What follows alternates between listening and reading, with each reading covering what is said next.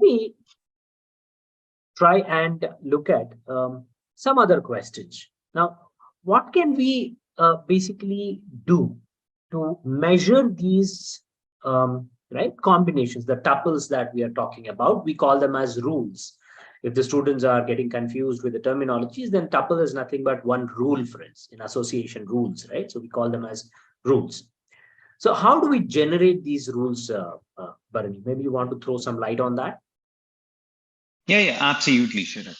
So we have a few algorithms, and one algorithm which is very extensively used in the space of association rules is a priori algorithm. And within a priori algorithm, you have to provide certain inputs, such as support and confidence, right? And support and confidence are also called as performance measures. You obviously do not want to include those items or products which are purchased, minuscule in a minuscule manner. If the purchases are very limited, you need not even analyze that. Doesn't make sense, because association rules usually looks at majority. Okay, and we want to target majority of the customers, or majority is what we want to target. And here we have support, which is one of the measures, which ranges from 0 to 1. The higher the value, better it is.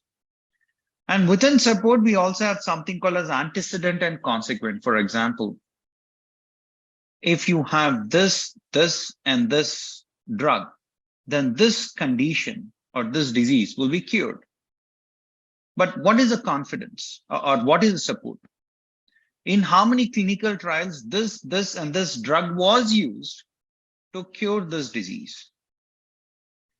So support answers these kind of things to help us understand whether these combination of probably drugs to cure this disease, or these combination of products being purchased in this location, what is and how many people are actually purchasing those products, so on and so forth.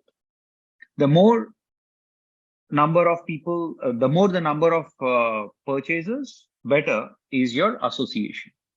Alongside that, we also have confidence. Confidence also ranges from 0 to 1, but confidence does not just look at how many people are purchasing the products, or how many drugs, or in how many clinical trials these combination of drugs are being used, or in which location maximum crimes are being conducted, or these kind of crimes are being conducted in which location.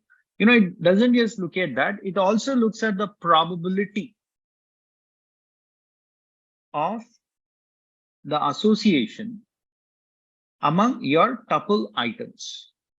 This is called as a tuple, and among the tuple items, what is the probability that these are very closely associated with one another. But then confidence assumes that there is some kind of independence between all these. All these are independent events. What if they are dependent, right? So if you want to answer those kind of questions, you proceed further with something called as lift ratio. And lift ratio value, if it is greater than 1, that implies that there's a strong association in rules. This lift ratio looks into confidence and something called as benchmark confidence. So it looks at what if two items, or what if the various tuple items are associate or dependent on one another, and what if these tuple items are independent of one another. Given these two scenarios, we come up with lift ratio, and it ranges from 0 to infinity. Obviously, greater than 1 means your numerator is higher. That means the items are more dependent. I think, there was a small mistake which I have made while I was explaining about confidence. Confidence assumes that items are dependent. And lift ratio looks at how dependent are they in comparison to how independent they are. Okay, and if the lift ratio value is greater than 1, that means numerator is higher. That means items within the tuple are more dependent. In that way, we have something called as leverage. We have something called as conviction. All of these are the different performance measures using which you determine whether your association rules are strong or weak. Yeah, thank you, Sharad. Great. Thank you, Bharani, once again for a very detailed answer. Yeah, definitely. The confidence you have used the independence as the keyword. I was about to capture that, but yes, you have corrected that. So, friends, the calculations that we basically talk about, right, is to generate the rules is based on probability formula only. So, majority of the data mining concepts that we basically use in developing machine learning models, they use basic mathematical concepts, and probability is one of the heavily used concept. So support, confidence, and lift ratio, they are depending on the entire probability calculations. Now, let me also ask a question more of a practical application perspective. So can you throw some light on the package that is used in Python for developing this or implementing this association rules, and what kind of hyperparameters we use? Continuing on that point, there is one specific question that I as a trainer always get. That is, we need to have some kind of a benchmark upfront defined for support or for that confidence ratios, that confidence measures that we are calculating. For lift ratio, you have anyways mentioned on why we have to use lift with a threshold of 1. But can you also explain what should be the value for support and confidence, and how do we define the preliminary or first threshold values for these parameters? Yeah, sure. So the Python library which is used in performing association rules is mlxtend. In fact, we can use other libraries also which exist, but this is most widely used. And in order to decide the support value or the confidence value, one needs to possess domain knowledge. For example, say there is a retail store in remotest of the place, and where probably only 10 to 50 customers visit on a daily basis. So you obviously cannot have a very high support value because the number of customers who are going to purchase your products would be less, given that the number of footfalls itself is going to be low. Okay, and hence one has to have the domain knowledge on what kind of items people purchase in that location and how many items people purchase in a specific location. And also we need to understand what kind of audience or what kind of segment exists over there. For example, if it's a very posh location, obviously people would be from the higher income group, the wealthy, people. In those kind of scenarios, the support and confidence values vary. And the locations where you have middle income group, if you are doing analysis for a retail store over there, obviously the things would be different. If you're choosing support and confidence for a startup, obviously the number of purchases or the number of items in the tuple would be less in comparison to a well-established company. So based on that, you will have to change support and confidence. It would not be an easy task to choose these. You need to sit with the business owners. You need to sit with the store owners. You need to, sit with the people working in those stores, etc., and then try to get more understanding. That's point number 1. And point number 2 is,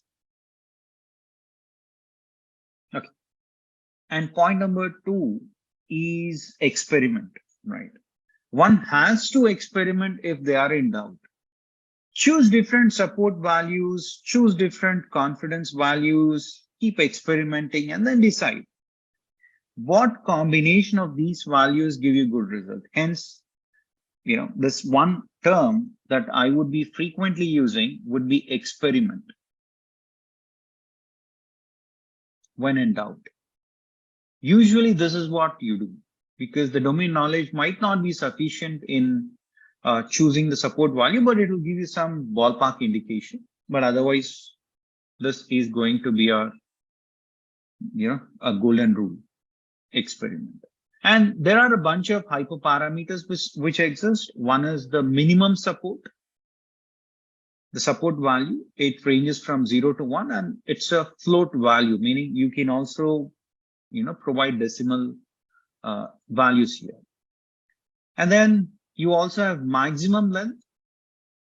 Do you want the rules to go until 100, all 100 items together, or do you want to restrict that?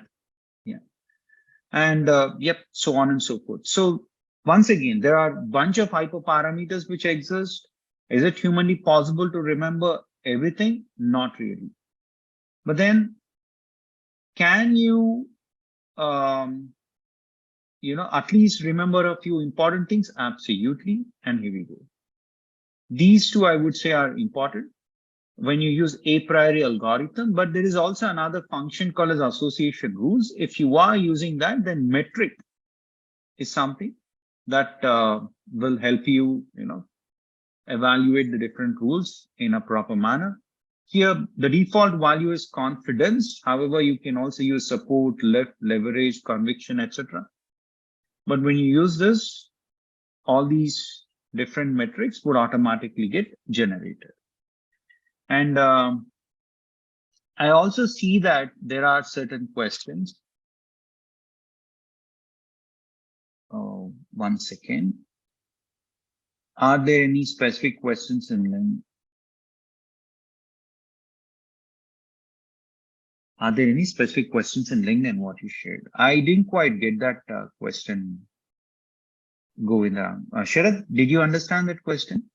Not really. Probably a participant here might want to ask about specific questions that we are conducting or discussing here. Are there any documentations or something like which is readily available?